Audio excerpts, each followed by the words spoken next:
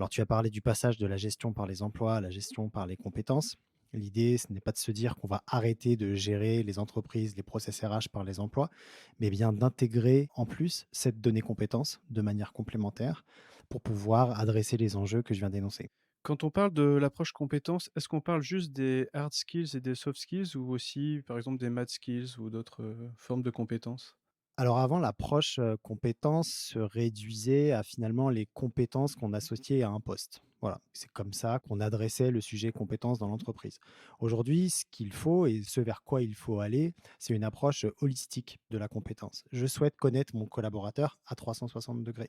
Donc à la fois effectivement ses compétences techniques, qu'il a développées lors de son poste ou lors de ses précédentes expériences, forcément ses compétences comportementales.